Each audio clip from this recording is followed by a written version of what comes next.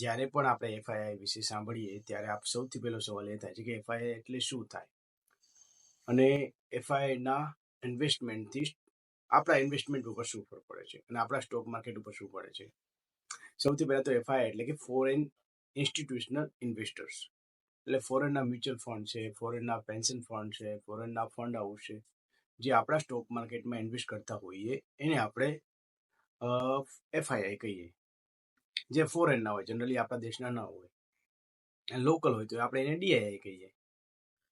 હવે સવાલ એ થાય છે કે ચલો એ ઇન્વેસ્ટ તો કરે તે જે સારું કહેવાય.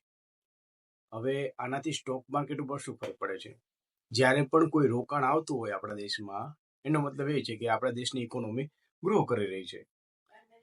હવે એટલે આપણે ઇન્વેસ્ટ કરી શકીએ અને આપણને પણ સારો એવો ફાયદો થઈ શકે છે. હવે સૌથી પહેલા તો આપણે એ ચેક કરવાનું એફઆઈઆઈ કઈ જગ્યાએ ઇન્વેસ્ટ કરે છે, એટલે કે કઈક સ્ટોકમાં ઇન્વેસ્ટ કરે છે, કઈક કંપનીઝમાં ઇન્વેસ્ટ કરે છે, અને ત્યાં આપણે ઇન્વેસ્ટમેન્ટ કરવાનું, જેથી આપણને સારો એવું રિટર્ન મળી શકે. એફઆઈઆઈ ઇન્વેસ્ટમેન્ટને જનરલી આપણે ઇનફ્લો કહીએ છીએ. અને બીજી બાજુ આપણે સાંભળ્યું છે કે આજે એફઆઈઆઈ આટલું સેલ કર્યું, એટલે કે એફઆઈઆઈ જેટલું પણ ઇન્વેસ્ટમેન્ટ કર્યું છે એ પાછું લે છે.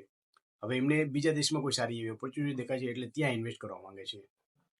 હવે આવા કેસમાં આપણે થોડુંક સાવધાન રહેવાનું, અને આપણે જેટલું પણ ઇન્વેસ્ટમેન્ટ કર્યું છે એ ઇન્વેસ્ટમેન્ટમાં આપણે હેજિંગ કરવાનું, જેથી આપણું પોર્ટફોલિયો બેલેન્સ રહે અને આપણને બહુ જાજુ નુકસાન ન થાય. એટલે જ્યારે પણ એફઆઈ પૈસા કાઢે એટલે એને આપણે આઉટફ્લો કહીએ. અત્યારે એફઆઈ ડેઈલી સેલ જ કરે છે, એટલે કે એ પોતાના પૈસા માર્કેટમાંથી પાછા લે છે, એટલે માર્કેટ નીચે જાય છે. જો એફઆઈઆઈ ઇન્વેસ્ટ કરે ત્યારે માર્કેટ ઉપર જાય અને એફઆઈઆઈ વેચે ત્યારે માર્કેટ નીચે આવે. અને આપણે એવી જ કંપનીમાં ઇન્વેસ્ટ કરવાનું જ્યાં એફઆઈઆઈનો ઇન્ટરેસ્ટ વધારે હોય, અને એવા સ્ટોકમાં આપણે સિલેક્ટ કરવાના, જેથી આપણને સારો એવો ફાયદો થાય. જ્યારે પણ તમે કોઈ પણ સ્ટોક સિલેક્ટ કરો ત્યારે તમારે જોવાનું આમાં આગલા ક્વાર્ટરમાં કે કરંટ ક્વાર્ટરમાં એફઆઈઆઈ ઇન્વેસ્ટમેન્ટ કર્યું છે કે નથી.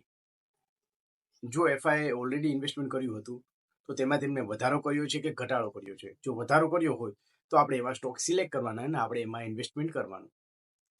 આ માહિતી સારી લાગી તો આ વિડીયોને લાઈક કરજો અને આ વિડીયો તમારા ફ્રેન્ડ સાથે જરૂરથી શેર કરજો.